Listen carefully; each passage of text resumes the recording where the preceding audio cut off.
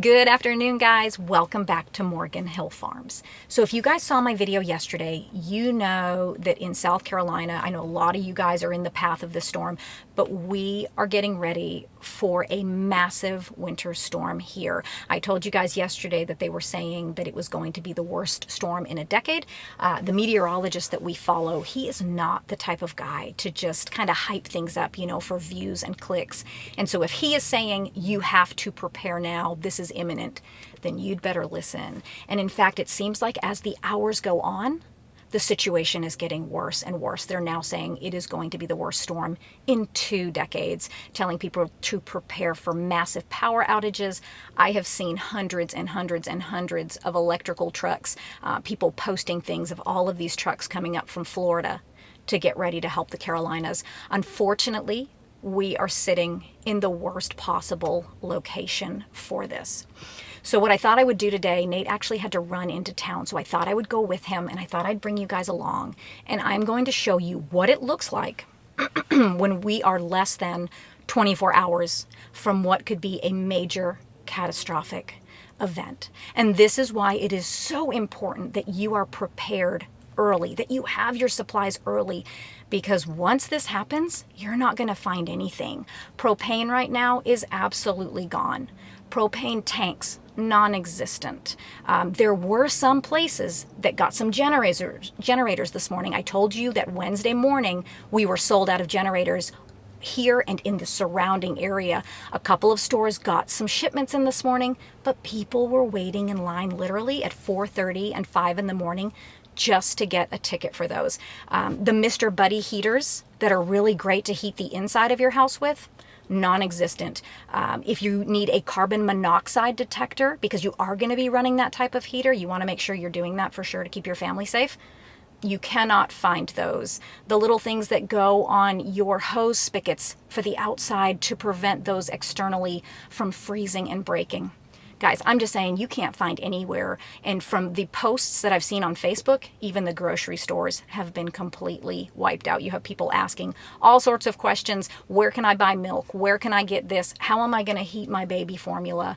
And so anyways, guys, we're going to go in. We're going into the Wild Blue Yonder tonight. We're going to see what it looks like when you have a disaster that is about to happen and you have people trying to get what they need. So we're going to see what the stores look like. Anyways, guys, so yeah, let's go see what we find.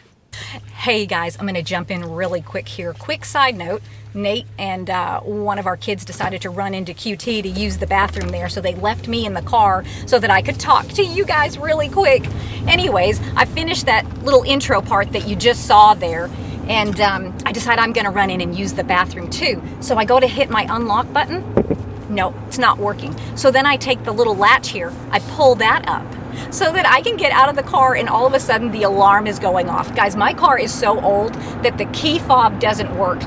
Nothing really works in this car. So anyways, my alarm is going off. I throw the key in the ignition. Nothing's working. People are staring at me. Literally 5 minutes later, Nate comes out, takes the key, throws it in the door, and boom, the alarm goes off. I'm slightly mortified. Still not at the point where I'm going to get a new car. I'm going to deal with this one with no car payment, and we're going to stick with this one. But just thought that was kind of a fun story. Yeah, slightly embarrassing, but anyways, we are on our way to our first destination.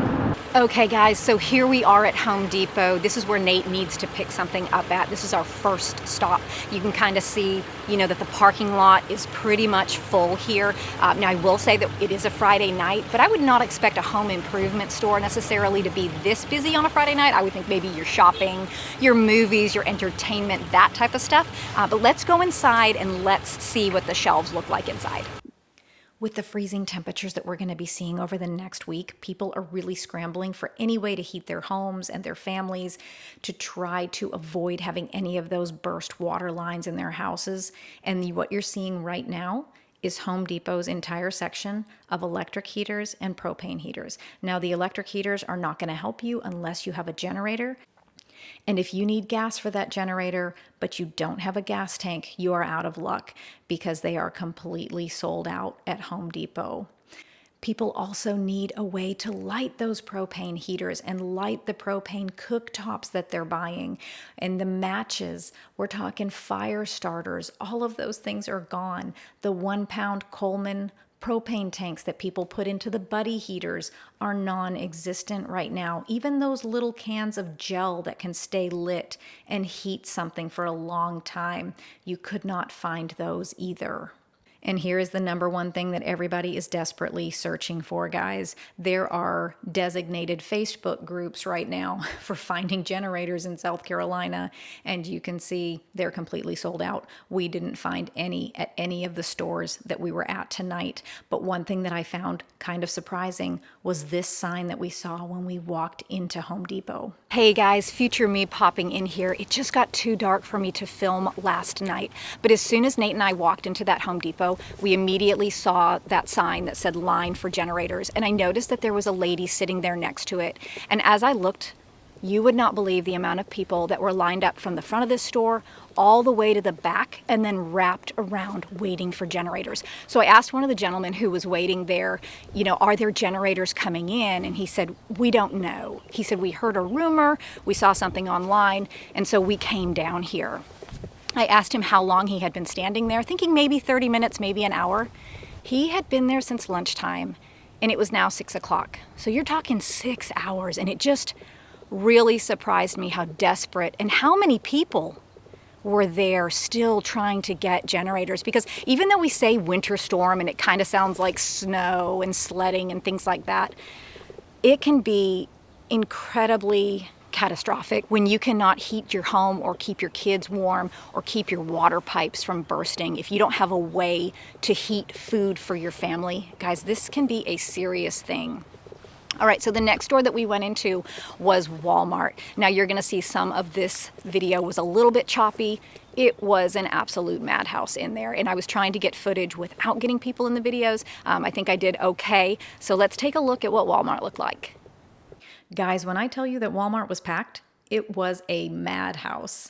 You're seeing here all of those really kind of highly processed, really easy things to put together. Your ramen noodles, your canned soups. There really were not a lot of options left. We saw a lot of holes throughout the store. Your sugar was completely eliminated. The vinegar area was getting a little thin, as well as the cooking oils. We did find some random cooler areas that were completely empty. And of course, the milk section, man, there's a couple half gallons there. But if you wanted half and half or anything like that, you were out of luck. There were a few packs of chicken left, some chicken thighs here, but things were really picked over. Your jams, jellies, and peanut butters for those easy peanut butter and jelly sandwiches. Your cheaper breads were gone as well. Now there were some options, kind of far and few between here, of your more expensive breads, but I'm hoping that Walmart will continue to restock until this storm comes in.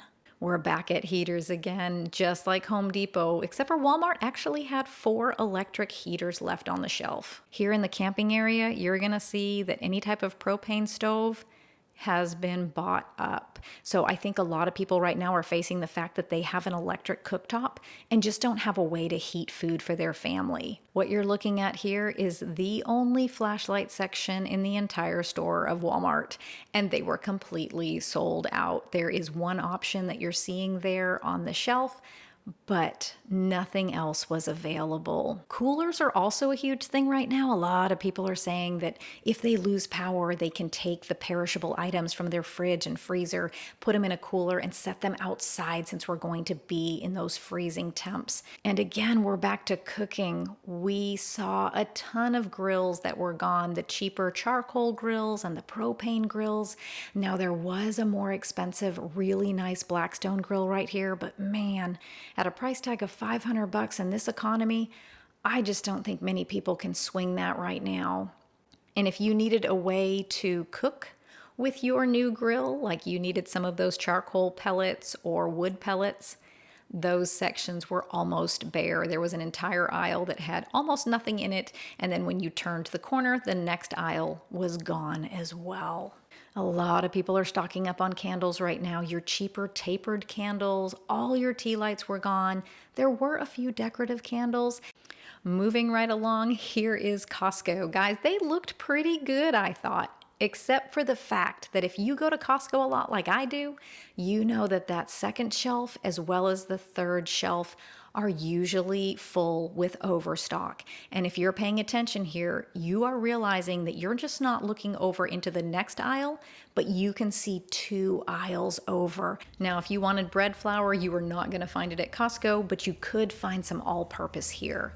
Their paper towels looked really great, but their toilet paper, I have never seen this small amount of toilet paper here. Up on the shelves, you're actually just seeing more paper towels above that. So these are the last pallets that they had out. Their milk section was a little bit better than Walmart's, but not by much. Their milk, their eggs were really getting slim. Their butter, I would say, was probably the best area. And then their water. They literally had 3 pallets left. Those are paper towels up above on that second and third shelf, but I've never seen water this low either at Costco. And their bread section, although it did have some more options than Walmart, it still had a lot of bare areas. All right, guys, so if you stuck with me, you saw what I saw. Absolutely no generators. Hardly any heaters left, definitely no propane heaters. There were no fuel, no gas tanks, no ways to light things like matches and fire starters.